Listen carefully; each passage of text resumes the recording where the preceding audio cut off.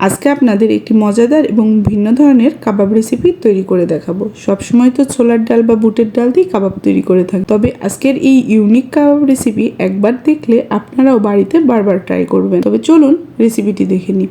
এই জন্য আমি 1 কাপ মুসুরির ডাল নিয়ে নিয়েছি। মুসুরির ডাল সবার ঘরেই সবসময়ই থাকে, আর এই মুসুরির ডাল দিয়ে খুব মজাদার এই কাবাবটি খুব সহজেই তৈরি করে নিতে পারবে। ডালটা খুব ভালো করে বারবার জল পাল্টিয়ে পরিষ্কার করে ধুয়ে নিয়ে এখন একটি প্যানের মধ্যে ধুয়ে নেওয়া মুসুরির ডাল নিয়ে নিচ্ছি 2 টুকরো আলু, সামান্য পরিমাণ বা 2 চামচ পরিমাণ কাঁচামরিচ, নিয়ে নিচ্ছি হাফ কাপ পেঁয়াজ কুচি, দিয়ে নিচ্ছি 2 চামচ রসুন কুচি, আপনারা চাইলে এখানে রসুন বাটাও ব্যবহার করতে পারেন। দিয়ে নিচ্ছি কিছু শুকনো মশলা, দিয়ে নিলাম এখানে ধনিয়া গুঁড়ো হাফ চামচ, 1 চামচ লাল মরিচের গুঁড়া, 2টি দারুচিনি, দিয়ে নিচ্ছি 2টি এলাচ, আর স্বাদের জন্য বা টেস্টের জন্য দিয়ে নিলাম 1 চামচ লবণ, দিয়ে নিচ্ছি হাফ কাপ চিকেন কিমা।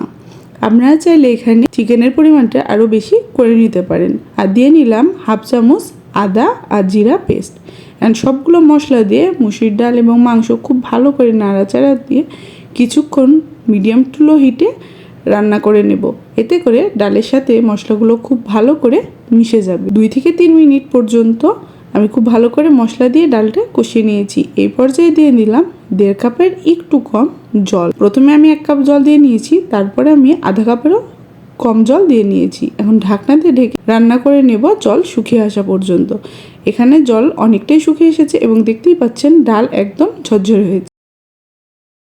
এখন একটি স্প্যাচুলা বা চামচের সাহায্যে আলু, ডাল এবং চিকেন খুব ভালো করে ম্যাশ করে নিতে হবে। এখানে জলের পরিমাণটা অবশ্যই ঠিকঠাক করে দিতে হবে। বেশি পাতলা হয়ে গেলে বা বেশি জল ব্যবহার করলে কাবাবের শেপ দিতে পারবেন না এবং ডালগুলো একদম সিদ্ধ হয়ে নরম হয়ে যাবে। দেখতেই পাচ্ছেন খুব ভালো করে সব উপকরণ সিদ্ধ হয়ে গেছে। এখন আমি ডালের মিশ্রণটি একটি বোলের মধ্যে নামিয়ে নিব। হালকা একটু ঠান্ডা হয়ে আসলেই মিশ্রণের সাথে বাকি উপকরণগুলো এখানে আমি মিশিয়ে নেব। এখানে নিয়ে নিয়েছি 2 চামচ ধনিয়া পাতা কুচি। ধনিয়া পাতা কুচি একদমই অপশনাল, আপনার ইচ্ছা করলে দিবেন বা স্কিপ করতে পারেন। আর আস্ত মশলাগুলো আমি এখান থেকে তুলে ফেলে দিই। দিয়ে নিলাম হাফ কাপ পেঁয়াজ কুচি, হালকা একটু ভেজে নিয়েছি। দিয়ে নিয়েছি 2 চামচ লেবুর রস, আপনারা চাইলে এখানে ভিনিগারও ব্যবহার করতে পারেন। আর দিয়ে নিয়েছি 1 চামচ কাবাব মশলা। আর সব কিছু বাইন্ডিংয়ের জন্য এখানে দিয়ে নিচ্ছি একটি ডিম। এখানে চেষ্টা করবেন কাঁচা পেঁয়াজের থেকে ভাজা পেঁয়াজটা ব্যবহার করতে, এতে করে কাবাবের টেস্ট বেড়ে যায় এবং যখন সারা মাসের জন্য সংরক্ষণ করবেন পেঁয়াজের যে একটি এক্সট্রা গন্ধ থাকবে না। হাত দিয়ে খুব ভালো করে সবগুলো উপকরণ আমি মেখে নিয়েছি। দেখতেই পাচ্ছেন ডোটি একদম পারফেক্ট হয়েছে। হাতে সামান্য তেল নিয়ে আমি রেগুলার শেপের কাবাব তৈরি করে নিচ্ছি। আপনারা চাইলে এখানে যে কোনো শেপের পছন্দ অনুযায়ী তৈরি করে নিতে পারেন। এক এক করে এখন সবগুলো কাবাব তৈরি করে নেব। কাবাবগুলো দেখতেও যেমন সুন্দর, খেতেও তেমনই মজাদার।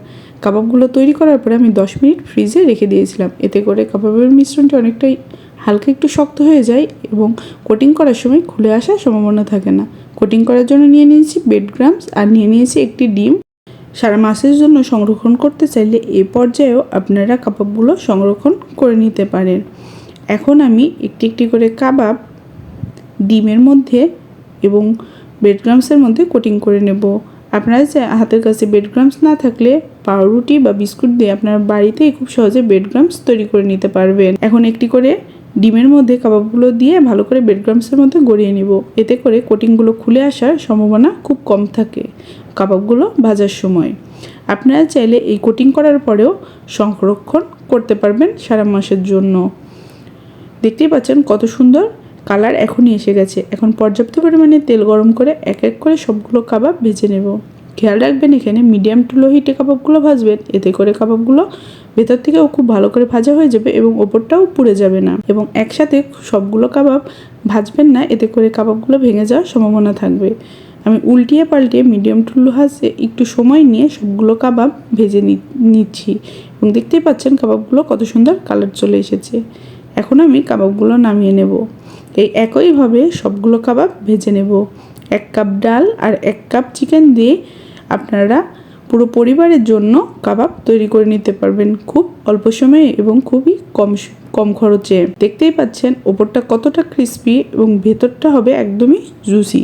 ছোট থেকে বড় সবাই এই কাবাবগুলো অনেক পছন্দ করবে। একবার বাড়িতে তৈরি করলে সবাই আপনাকে বারবার তৈরি করতে বলবে।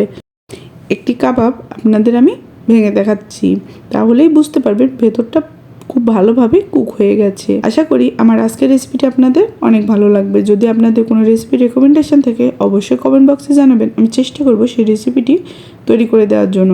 আজকে এই পর্যন্তই। পুরো রেসিপি আমার সাথে থাকার জন্য আপনাদেরকে অনেক ধন্যবাদ।